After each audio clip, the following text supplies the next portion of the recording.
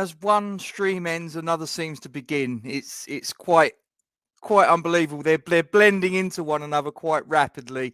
Guys and girls, please don't forget to like, comment on, and share this stream to your social media platform. Subscribe to our YouTube channel and hit the bell icon for alerts and new content. As always, we thank you very much indeed for your support in this matter. What else, Duke? Speaking of support, Forged from Iron is proud to support Iron Supporting Food Banks. They are a group of West Ham United fans and friends inspired by the work of other football fan food banks around the country. They collect food and cash donations from Newham Food Bank in Beckton, who supply 7 distribution centres in the borough, 7 days a week, and hand out several hundred 3-day emergency food packs every month to families in need. They are also working with other groups to improve conditions for vulnerable adults and children in the Newham community. They are supported in their efforts by West Ham United Football Club, the WHU Foundation, LS185, London Legacy Development Corporation, Newham Council, the Met Police, Spire London East Hospital, Expedient Security, and a large number of West Ham and football fans. You can help by making a donation to their Just Giving page. You will find the link to this in the description section of the video details in this stream. Thank you for your support. Come on, you Irons. So, we are here to discuss Matchday 10 of 38. It's going crazily quick this Premier League season. Southampton versus West Ham United at St.Mary Stadium. The officials you can see on the banner there, and we're probably going to call them rude words during the game tomorrow. It's standard, but Duke, your thoughts on Southampton? Yeah, I mean, they're coming a bit too thick and fast, Rob, for my liking. I know, obviously, we're playing in Europe, but we've also got the World Cup. But it just seems like there's, there is a game every bloody 3 or 4 days at the minute, and it concerns me for the fitness of the players. It concerns me for the, their health and their well-being. I know it sounds really stupid. Morning, Charlie. Have you got the banana porridge? Have you got the banana porridge you're feeding little un? Don't worry, we had a chat. We was at the game on Thursday, and he was telling me about his little un has developed a little bit of a liking for banana porridge. And I said to Charlie, I said, "Do you like banana?" He went, "No." I said, "Do you like porridge?" He went, "No." I said, "You're screwed then." He's having a blinder, isn't he? There, absolute blinder. Morning, Tom. Morning, Charlie. I'm very sorry about what Zippy did to your cat. I can only apologise. Terrible. I'm having nothing to do with this today. Yeah. Not today, Robert. Yeah. It hasn't actually gone out yet, but concern for the beep. Oh, nearly a car crash out in the road there. That was fun. The interest of doing the videos downstairs. No, as I was saying, the players' health and well-being. We're going to go straight from this into a World Cup in just over 5 weeks' time. And players like Declan Rice, possibly maybe Jared Bowen. It's that concern. So, I just once I'd like them to have a bit of a break, but it ain't going to happen. So, we go into Sunday, go into tomorrow. Tomorrow? Yeah, tomorrow. I don't even know what day of the week it is. We go into tomorrow. It's an important game.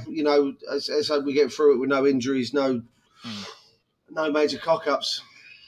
Yeah, I mean, the thing is, the games are coming thick and fast, but that's the price of success, Duke. We're playing in European competition. We're progressing in that. That's why we have these big squads now in the modern era. I mean, I've heard so many times managers like Klopp moaning about, there's so many games. This morning, the prick. Huh? He was moaning again this morning, the prick. He always moans. He gets his excuses in early.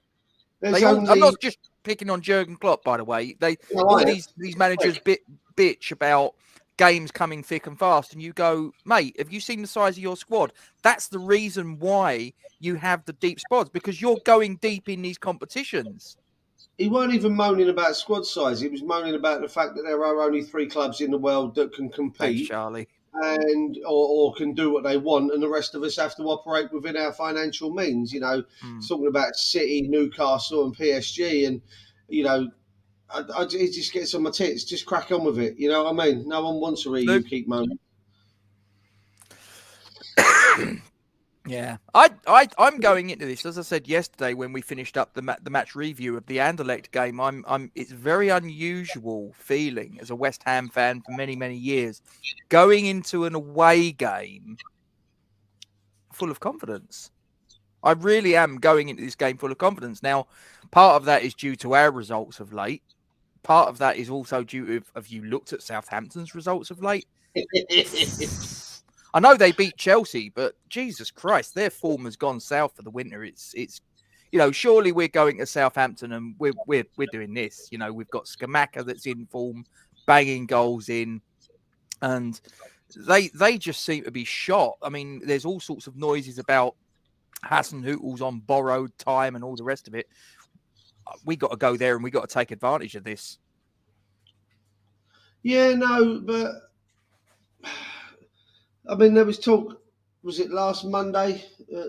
Cooper at Forest was being taken into a meeting, and there was all the talk out in the press that he was losing his job, and then the next thing you know, they've given him another 3-year contract. So there'll be a clause in that. I don't tend to buy into a lot of that. These managers that are on borrowed time and everything else. We can have a conversation around the possibilities, and we did not so long ago. We spoke about Moyes, only having 2 or 3 games, like 3 games ago, 4 games ago, and look at what he's done. He's turned everything around, and we're on a good run of form at the minute, a real good run of form in all competitions, and as Kent and Tommy say there, Tommy says, we got a much better starting lineup, and he's right, we should be beating them. But then, like Kent says, we have a habit of being that team that rolls into town when teams are struggling, and we embarrass ourselves. So striker hasn't scored for 2 years, and he scores a hat trick. It's true, though, isn't it? Always away. Always away. I actually agree with that. I personally think that Downs, I'm not being funny, for me, I think in the 3 group games that we've had in the Conference League, Downs has been the man of the match in all 3 of them, in my opinion. Some people might say, I think Bowen was the man of the match the other night. Okay, fine. But he's either been the man of the match or he's been close second. And his reward each time has been, you're back on the bench, Big Tom's in. At some point, that's going to change. Now, don't get me wrong. I mean, you saw the stream that Gio and Gonzo did a couple of days ago where they made the point that offensively, Souček was poor. And if they were rating it just on his offensive attributes, I think if I remember rightly, Gio said he would have scored him as a 2 out of 10. But when you looked at his defensive stats, his interceptions, his tackles, his aerial duels won, things like that, then you sort of look at it in a slightly different complexion and go, wow, he got more of those stats than the opposition team all put together. He was really putting a shift in. So his defensive qualities, when we haven't got the ball, his defensive qualities were absolutely superb. So I'm not for 1 minute suggesting that Thomas Souček doesn't add something to the team, but surely to goodness, Flynn Downs, now's the time. I mean, I'm kind of hoping that he, like you say, he gets his start.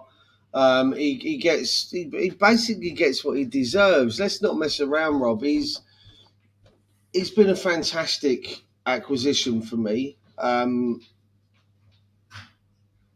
Typical West Ham player.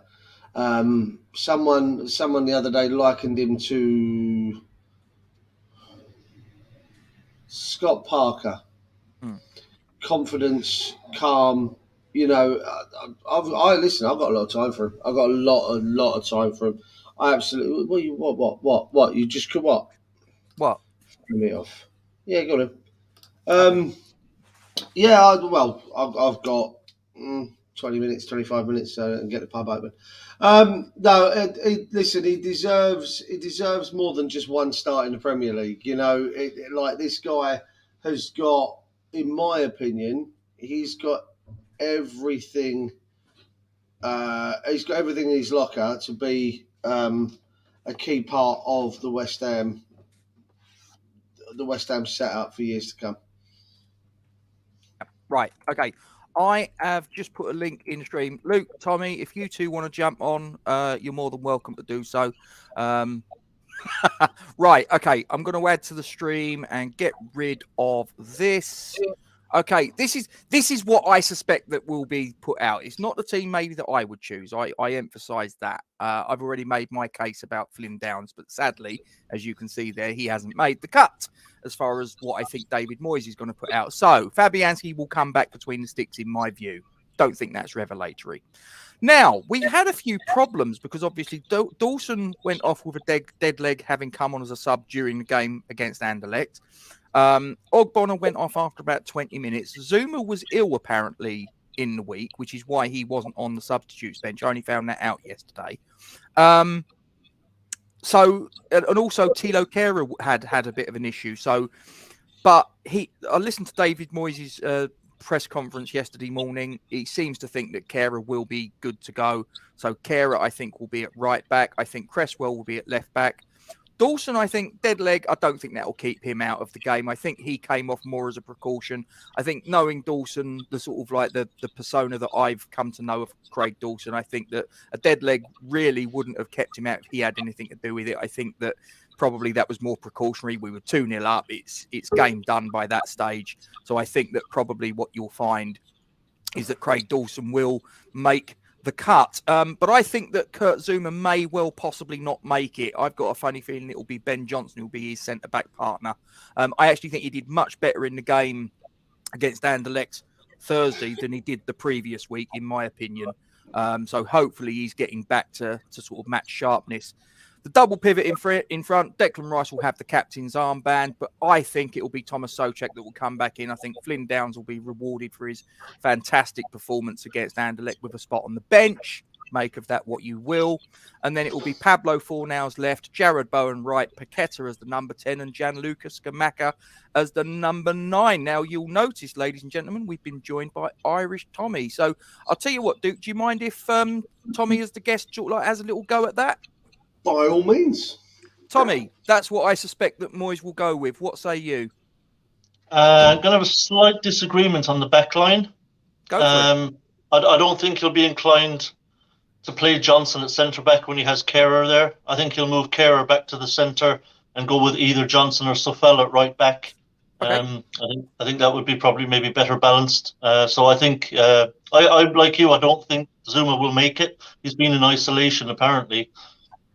And whenever someone's got what you think might be a virus, you don't want it spreading around the squad. So I'm not sure Zouma will be risked, but we might be surprised. Hopefully he'll be good to go. But if he's not, then I think probably Moyes will be more inclined to chuck Kehrer back in at centre-back rather than put Johnson there, especially when Johnson is much more comfortable at right-back anyway, and Kehrer has already played a few times at centre-back for us this season. Southampton, I thought, probably had his best game of the season for us at home to Anderlecht, albeit, it was not much competition really from Anderlecht. But yeah, I think Kehrer would move back to the centre and either Johnson or Southampton at right back, I think, if Zuma's not good to go. Other than that, you think that's pretty much the 11 we'll see?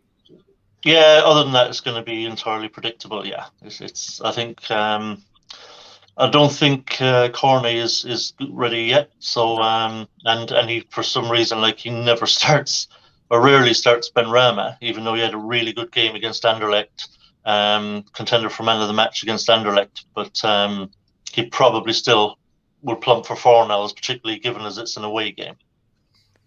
Duke's looking very guilty when you said that. We discussed this yesterday, didn't we, Duke?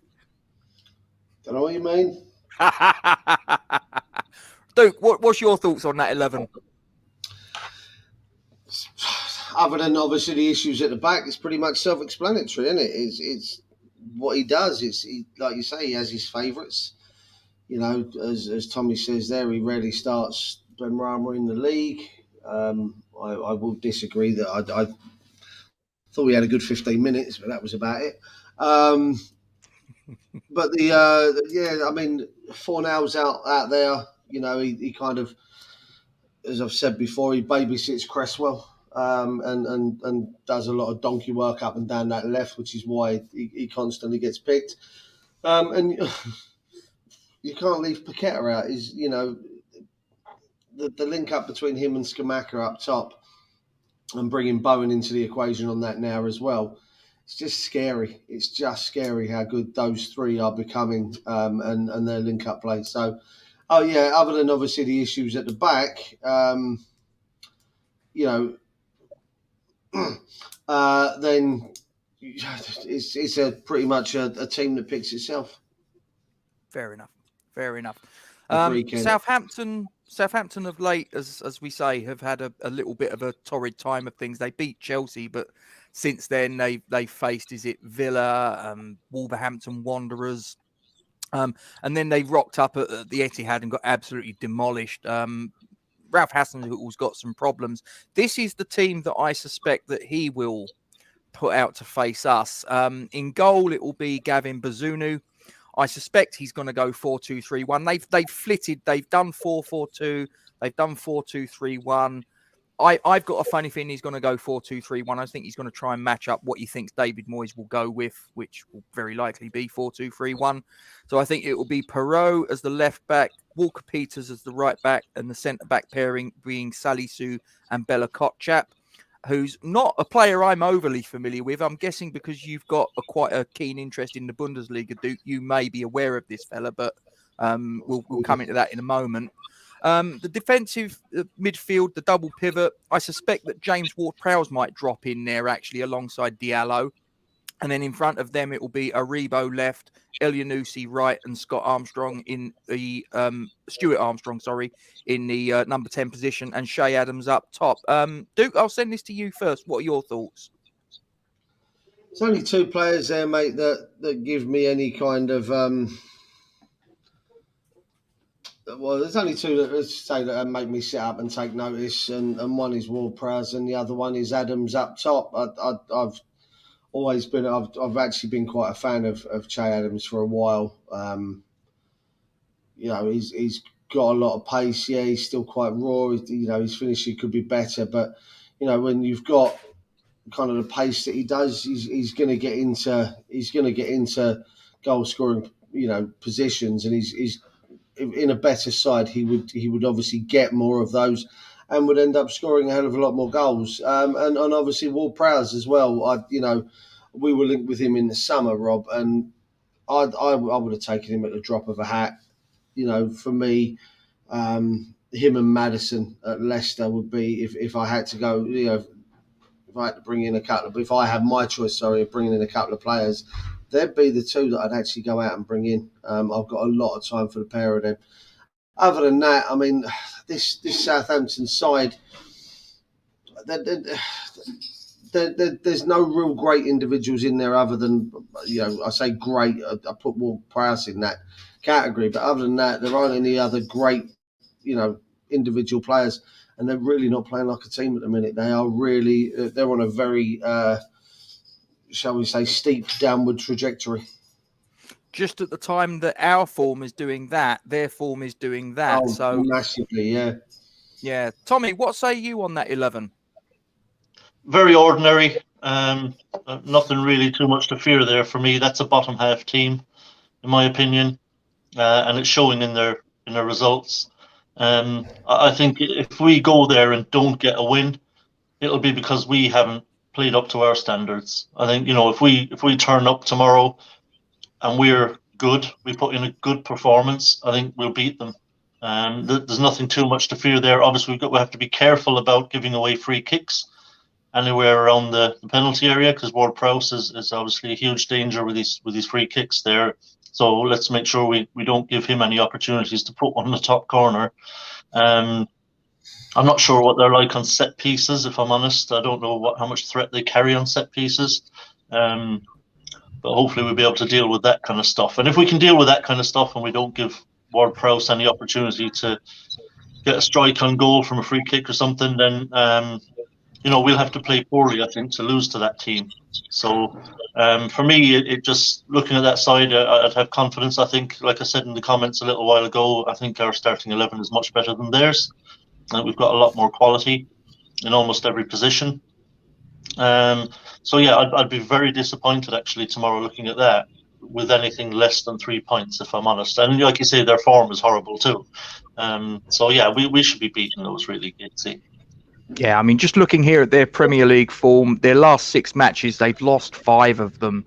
Whereas you look at our form, albeit this is in all competitions, so it's not a direct comparison, but in all competitions, we've won 5 of our last 6. So if you just want to sort of concentrate on Premier League form, in the last 6, we've won 3, we've drew 1, and we've lost 2. So, like I say, our respective forms of sort of like turned at exactly the same time as each other. Theirs has gone on the downward trajectory.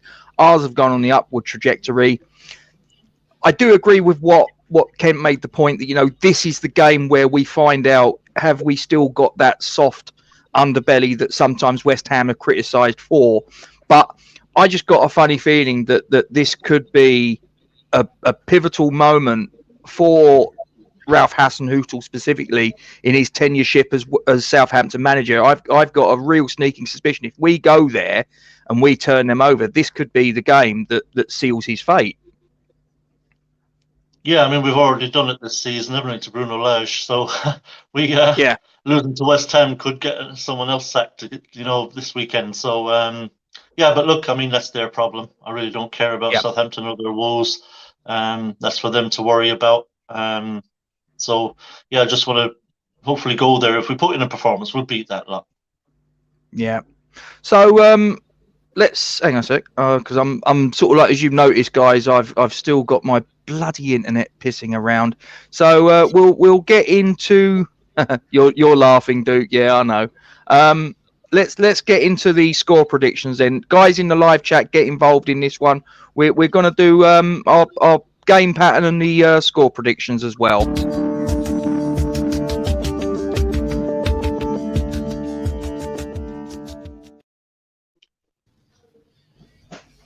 Right, okay, let's get rid of that one. Right. And he's back in the room. Right. That looked like Pornhub you had on your computer. This is what you've got to do. This is what you've got to do. Right, so, Tommy, we'll let you go first as the guest. How's this game going to play out, do you think? Where's the battle lines going to be drawn? And more importantly, give us your score prediction. Battle line, as in most games, frankly, I think is going to be in the midfield. We're going to have Fornals in there, obviously, and he'll drop back and help out. Paqueta works hard.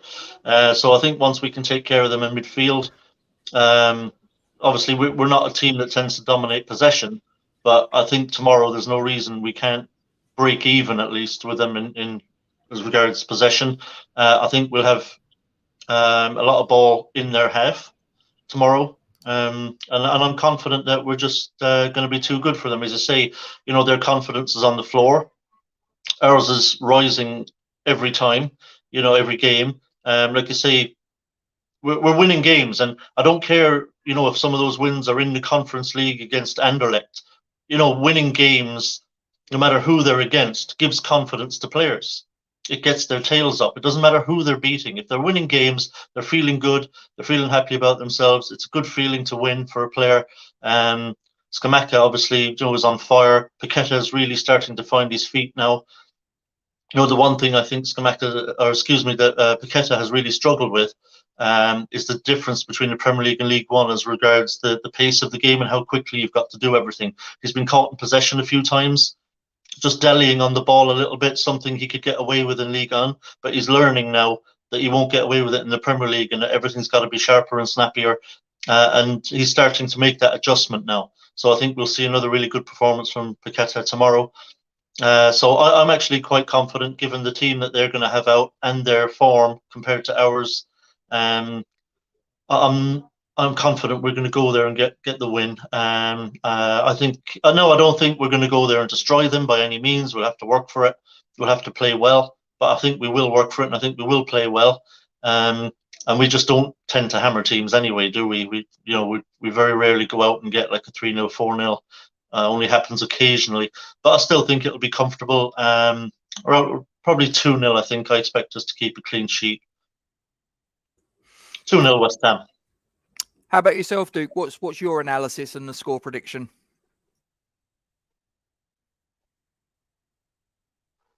Somebody's on mute.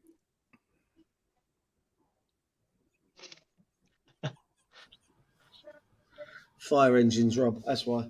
And police cars. Jesus, how many? It depends on what West Ham turn up here, Rob. Right? If we're the West Ham that turned up for the first 40 minutes, first 35, 40 minutes against Anderlecht, we're going to tear these apart. We look sharp. Sorry, we looked sharp. Our breaks were quick. We broke at pace, and we, it was a side playing full of confidence. If we're the team if we rock up and we're the same team that played the last 20 minutes against Anderlecht, in my opinion, last 20 minutes, I felt like we were playing a team out of confidence, to be honest with you. The Anderlecht had a lot of the ball. I know we were 2-0 up and we were cruising, but I made a comment to you at half time. I want to see us go for the juggler, not him, I want to see us go out and take a team apart rather than, we're 2-0 up, let's just have a little, one of them sit on the beach and read a newspaper. I don't want to see that. And the problem was, because we did that last 20 minutes against Anderlecht, and then the last 6 minutes of injury time was very nervy because they got the penalty. We kind of switched off. Do I think it was a penalty? Sin them, give them, sin them not. But then we, like I say, we took our foot off the gas. And for me, it was a bit of a nervy last 6 minutes because of that goal.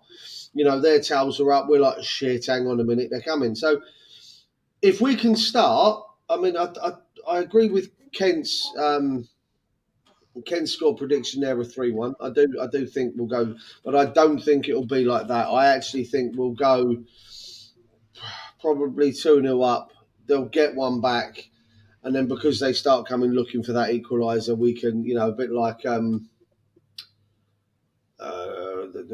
Antonio's goal the other day, last week, was it, when he, we broke away last minute of the game and we had the goal to it. So, I think it just depends on how we show up. If we rock up and we come out of the blocks fast, we could actually annihilate this lot. We really could. And what we need to do is, once we get the goal or we get the second, is we need to keep pressing that advantage and stop going, okay, that'll do, we've got the game sewn up, because it very rarely works like that for us.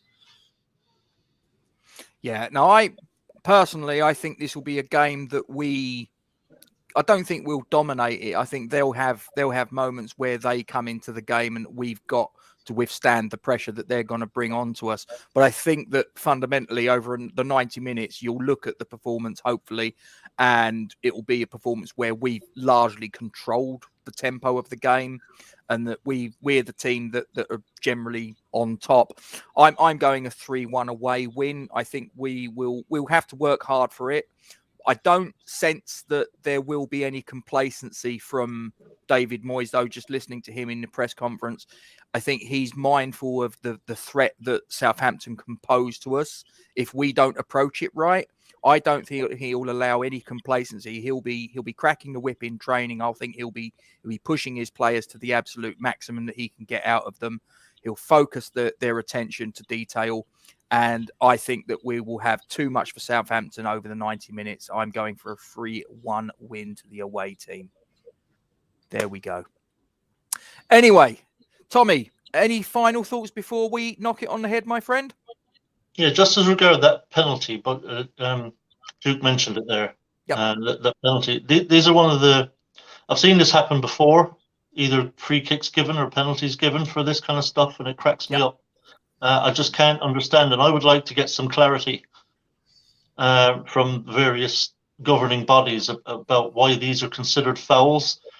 All that's happened there is that Ben Johnson has gone in for a ball that's in the air, that's there to be competed for. He's got his boot to it, flicked it away, a clean tackle, and his opponent, who was also swinging for the ball, kicked his foot, basically. That's not a foul to me in any language. Nope. I saw it before, actually, good few months ago now. I remember Declan Rice at Wembley against Belgium putting a brilliant challenge on De Bruyne. Same kind of thing. He's tracking him back. De Bruyne is running towards the penalty area.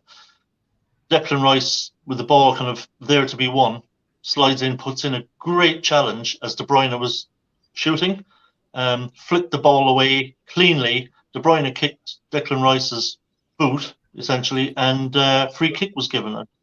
And it's just one of those things that cracks me up. I think, how you can consider that to be a foul, I just don't know. But we see these given all the time, and I think, like I said, governing bodies need to clear up. If there's going to be a foul, they need to clear up that it is definitely a foul going to be given against you if it happens, and why they consider that to be a foul. Because I don't see where the foul is in any of that. Do you think that we were, on this occasion, that actually VAR might have come to our rescue? I'm not sure. Because I just don't know how this is viewed at the officiating level. Like if a ball is flicked away cleanly and someone kicks your foot, because I've seen them given before. Referees, officials seem to think that it's a foul for some reason. Now, possibly he may have changed his mind when he's seen it. There's no real way to know, but I think it's certainly something that we need to get clarity on. Is this a foul? And if they deem it to be, why is that a foul? What's the foul element in that play? If anything, Tom, it's actually a free kick the other way, because if you've kicked the ball, you've kicked the ball, and then you get kicked. Surely that's a free kick to me. Do you see what I mean? It's not like I've kicked the ball away from you and you've kicked me after the ball's gone. Anywhere else on the pitch, in any other kind of, if it was the other way round,